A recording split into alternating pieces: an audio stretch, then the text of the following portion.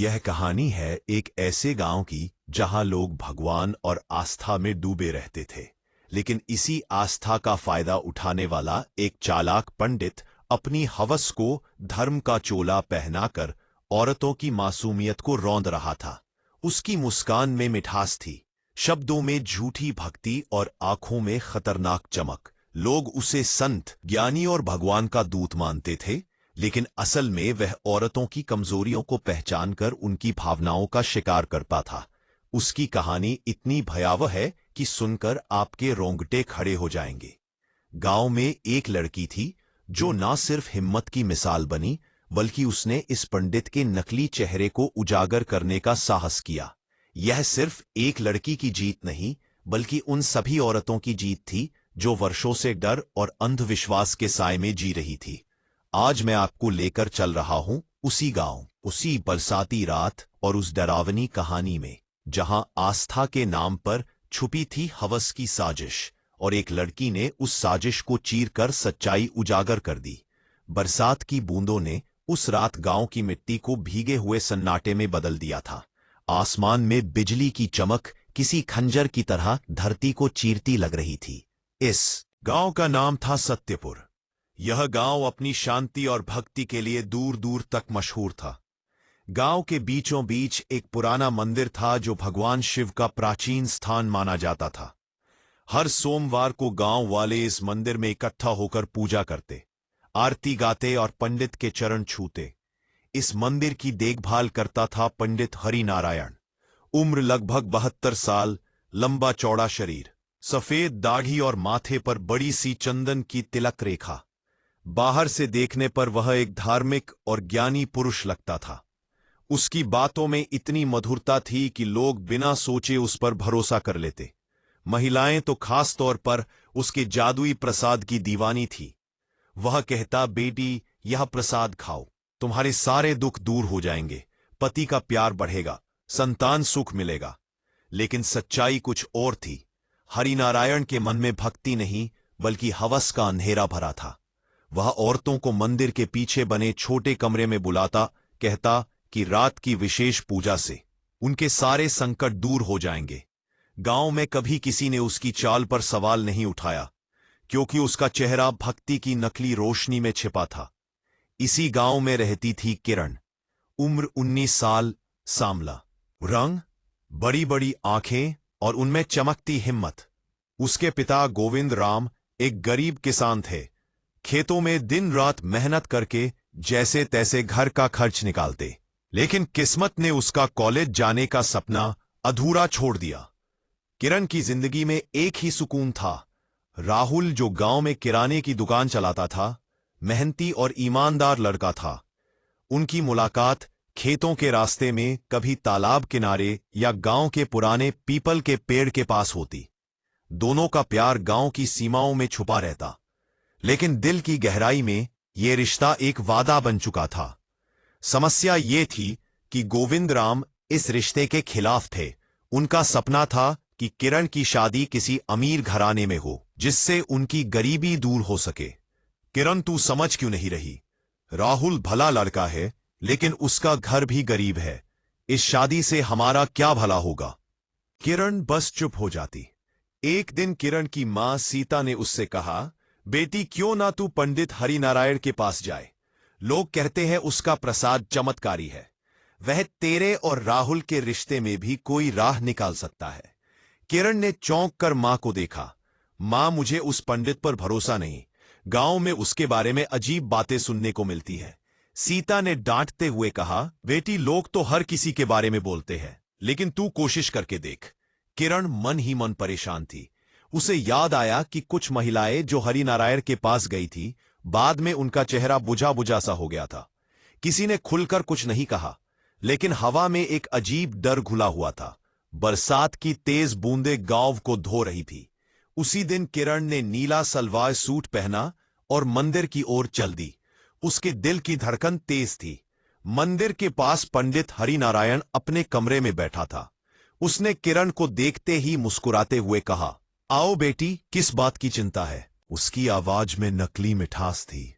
किरण ने संकोच से अपनी समस्या बताई। राहुल से उसका रिश्ता और पिता की नाराजगी। पंडित ने गंभीर होकर सिर हिलाया। अरे बेटी, यह तो बहुत छोटी सी बात है। मेरा प्रसाद खा और रात को एक विशेष पूजा होगी। उसी पूजा से तेरे सारे संकट दूर हो जाएंगे। किरण को उसके शब्दों में कुछ अजीब लगा। उसने पूछा, क्या यह पूजा दिन में नहीं हो सकती? पंडित हंसा, नहीं बेटी, चमत्कार रात को ही होते हैं। तू फिक्र मत कर, मैं तेरा भला चाहता हूं। किरण वहां से लौट आई, लेकिन उसका दिल बेचैन था। उसने तुरंत राहुल से बरगद के पेड़ के नीचे मुलाकात की और सब कुछ बताया। राहुल का चेहरा गुस्से से लाल हो गया। किरण, मैंने सुना है यह पंडित औरतों को बहकाने की कोशिश करता है। तू दोबारा वहां मत जाना, हमें इसे बेनकाब करना होगा। किरण ने हिम्मत जुटाई।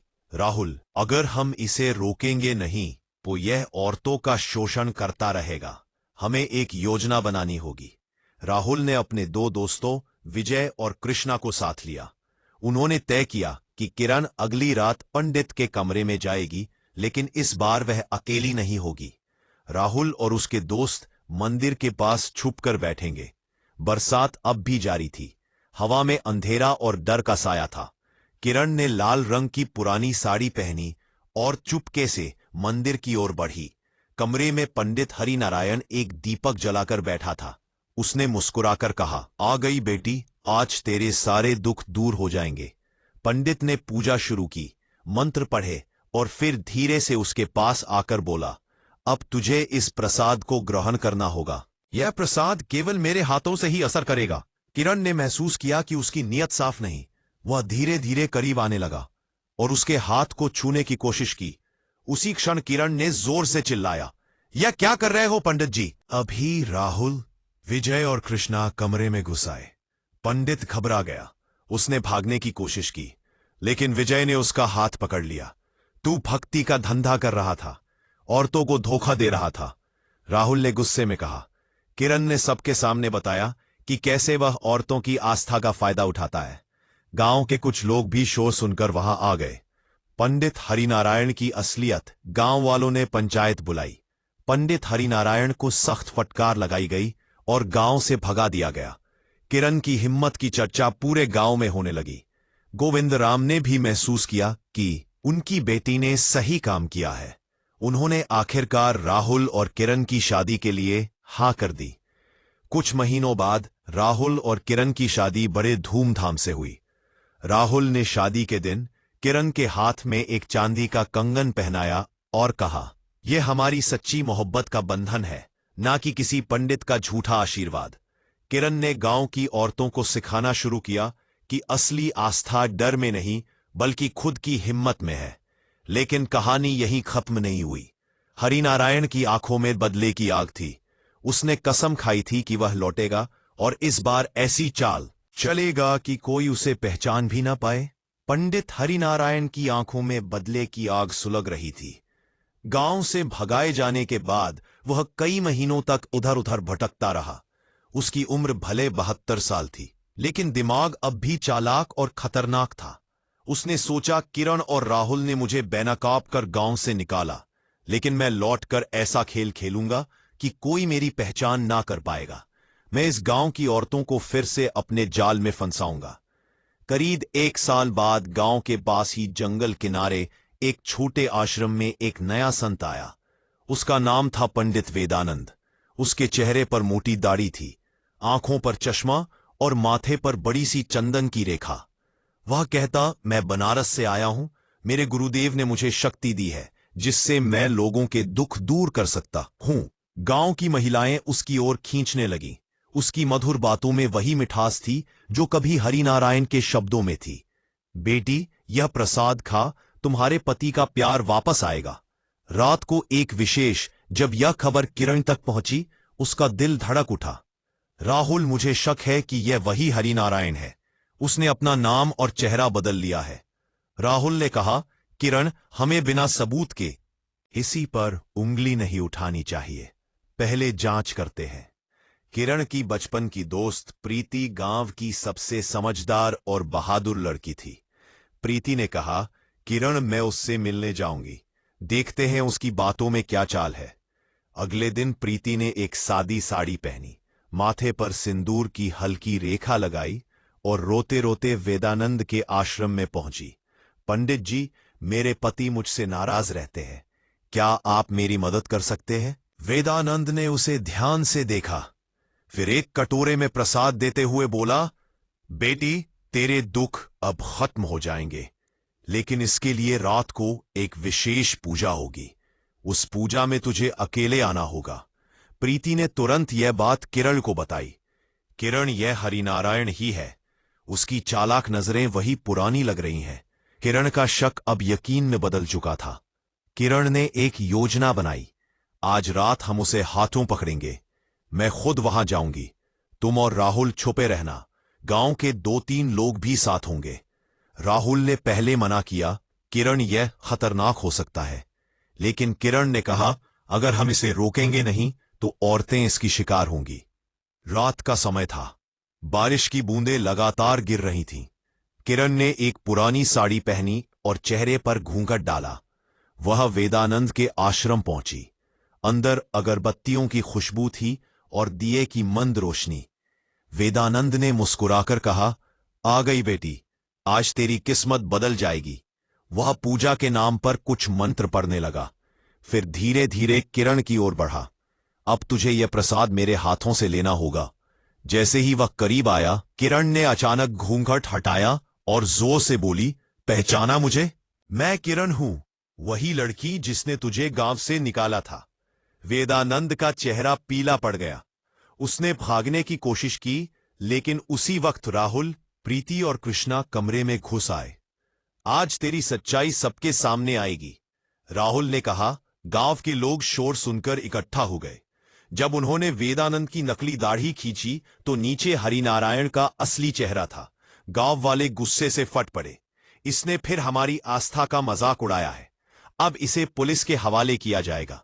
कृष्णा ने कहा। इस बार गांव वालों ने सबूत भी जुटाया, उसकी बातों की रिकॉर्डिंग और गवाह। पुलिस आई और हरिनारायण को पकड़कर जेल ले गए। किरण और राहुल की शादी को 2 साल हो चुके थे। उनके घर अब खुशियां थी। एक बेटा आदित्य और एक बेटी रश्मि उनके जीवन की रोशनी थे। राहुल की दुकान अब गांव की सबसे बड़ी दुकान बन चुकी थी। किरण ने गांव की औरतों के लिए सिलाई पढ़ाई का एक छोटा केंद्र शुरू किया, लेकिन जिंदगी ने उन्हें जल्दी ही एक नया इम्तिहान दिया। एक दिन गांव में खबर फैली, एक नया संत आया है, नाम है रघुनाथ। वो जंगल किनारे एक कुटिया में रहता है। उसकी दाढ़ी लंबी है, चेहरे पर तेज है। लोग कहते हैं उसका प्रसाद चमत्कारी है। किरण के कानों में यह बात पड़ते ही पुरानी यादें ताजा हो गईं। राहुल, यह नाम सुनते ही मुझे फिर वही डर लग रहा है। क्या यह हरिनारायण ही है?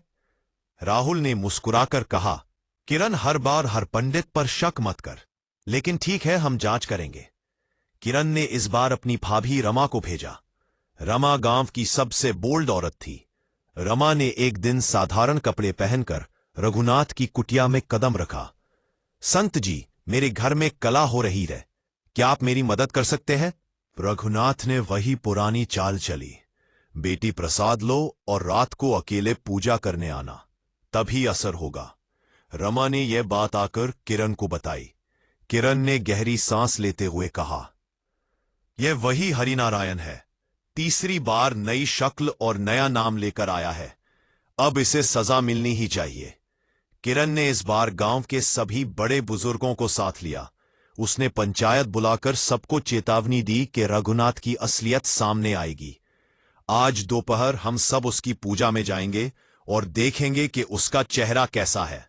दूसरे दिन गांव के लोग रघुनाथ की कुटिया में जमा हुए। रघुनाथ मंत्र पढ़ रहा था, लेकिन उसकी नजरें बार बार किरण पर टिक रही थीं। किरण ने अचानक कहा, रघुनाथ या कहूं हरिनारायण, तेरी तीसरी चाल भी नाकाम हो गई। उसने उसकी लंबी नकली दाढ़ी खींची और सबके सामने हरिनारायण का असली चेहरा सामने आ गया। गांव वालों का गुस्सा फूट पड़ा। अब की बार तू जेल से नहीं बचेगा। हरिनारायण को पुलिस के हवाले किया गया। उसके खिलाफ इतने सबूत थे कि उसे लंबी सजा हुई।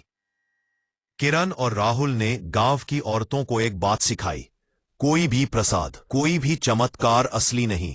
असली शक्ति तुम्हारे दिल और हिम्मत में है। गांव की महिलाएं अब किसी पंडित की अंधी बातों में नहीं आती। किरण गांव की बेटियों के लिए प्रेरणा बन गई। एक बरसाती रात को जब आसमान में बिजली चमक रही थी, राहुल ने किरण को छत पर बुलाया। उसने किरण के हाथ में एक सुंदर चांदी का कंगन पहनाया। किरण, ये हमारी सच्ची मोहब्बत का वादा है। तूने ना सिर्फ मेरा बल्कि पूरे गांव का मान बढ़ाया। किरण की आंखों में खुशी के आंसू थे। वो राहुल के गले लग गई। बरसात की उन बूंदों में प्यार, साहस और जीत की कहानी गूंज रही थी। किरण और राहुल की दास्तान अब सिर्फ एक प्रेम कहानी नहीं, बल्कि एक गांव की जागरूकता का प्रतीक बन चुकी।